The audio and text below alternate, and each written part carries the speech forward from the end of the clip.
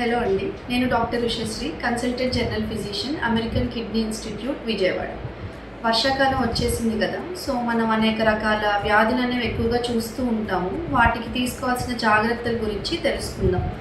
మనకి బయట వాతావరణం చలి అనేది ఎక్కువగా ఉండడం వల్ల ఆస్తమా లాంటి కండిషన్స్ అనేవి ఎక్కువగా ఫ్లేరప్ అయ్యే అవకాశం ఉంటుంది. సో మనము చలి వాతావరణాన్ని ఎక్కువగా అవాయిడ్ చేయడము, బయటికి ఎక్కువగా వెళ్లకుండా ఉండడము, మంకీ క్యాప్స్ లాంటివి యూస్ చేయండి. క్రానిక్ ఆస్తమా ఉన్న వాళ్ళలో ఇన్హేలర్స్ లాంటివి వాడండి. అలానే మనం తీసుకునే ఆహారం మరియు నీరు కలుషితం ఉన్నప్పుడు కూడా టైఫాయిడ్ లాంటి జ్వరాలు అనేవి ఎక్కువగా చూస్తూ ఉంటాము. మనం బయట తీసుకునే ఫుడ్ పరిశుభ్రంగా లేకపోయినా, పార్షియల్లీ కుక్ ఫుడ్ అయినా, పానీపూరి లాంటివి తీసుకున్నప్పుడు మోషన్స్, వాంతులు, గ్యాస్ట్రోఎంటరైటిస్ అంటాము, ఇలాంటి కండిషన్స్ ఎక్కువగా చూస్తాము. సో ఫుడ్ అనేది కంప్లీట్గా కుక్ చేసి వామ్గా ఉన్నప్పుడు ఫుడ్ అనేది తీసుకోండి. వాటర్ కూడా హై టెంపరేచర్స్లో బాయిల్ చేసుకొని గోరువెచ్చని నీళ్ళు అనేవి వాడండి. అలానే మన చుట్టుపక్కల పరిసరాలు శుభ్రంగా లేకపోయినా, వర్షం పడ్డప్పుడు నీరు అనేది ఎక్కువగా నిలవ ఉన్న మస్కిటోస్ అనేవి బ్రీడ్ అయ్యే అవకాశం ఎక్కువగా ఉంటుందండి.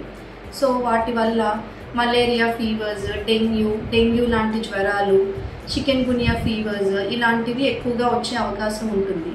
వీటి లక్షణాలు ఎలా ఉంటాయంటే జ్వరం అనేది ఎక్కువగా రావడం, హై గ్రేడ్ టెంపరేచర్స్ రావడము, వామిటింగ్స్, సివియర్గా హెడ్ఏక్ ఉండడము, ఒంటి మీద ర్యాష్ అనేది రావడం, ఎర్రటి మచ్చలు నోటి భాగం దగ్గర, పొట్ట భాగం దగ్గర, చేతులు, కాళ్ళ మీద ర్యాషెస్ లాంటివి చూస్తూ ఉంటాము.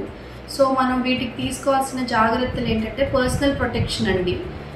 మస్కిటో నెట్స్ లాంటివి యూస్ చేయడము, ఫుల్ స్లీవ్డ్ క్లోత్స్ అనేవి వేసుకోవడము, మస్కిటో రిపెల్లెంట్స్ అండి, ఒడోమస్ లాంటివి యూస్ చేయండి.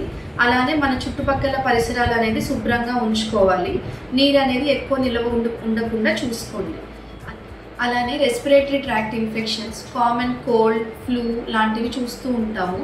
ఫ్లూ అనేది ఇన్ఫ్లుయెన్జా వైరస్ నుంచి కాజ్ చేస్తుందండి. సో మనం తీసుకోవాల్సిన జాగ్రత్తలు ఏంటంటే హ్యాండ్ హైజీన్ అనేది వెరీ ఇంపార్టెంట్ అండి.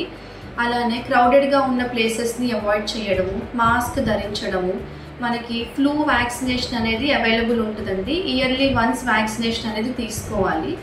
మనకి వయసు ఎక్కువ ఉన్న వాళ్ళల్లో డయాబెటీస్, ఇమ్యూనో కాంప్రమైజ్ స్టేటస్ అండి, అంటే క్యాన్సర్ ఉన్న వాళ్ళల్లో, కిడ్నీ ఇబ్బంది ఉన్న వాళ్ళల్లో వ్యాక్సినేషన్ తీసుకొని అనేది వెరీ ఇంపార్టెంట్ అండి.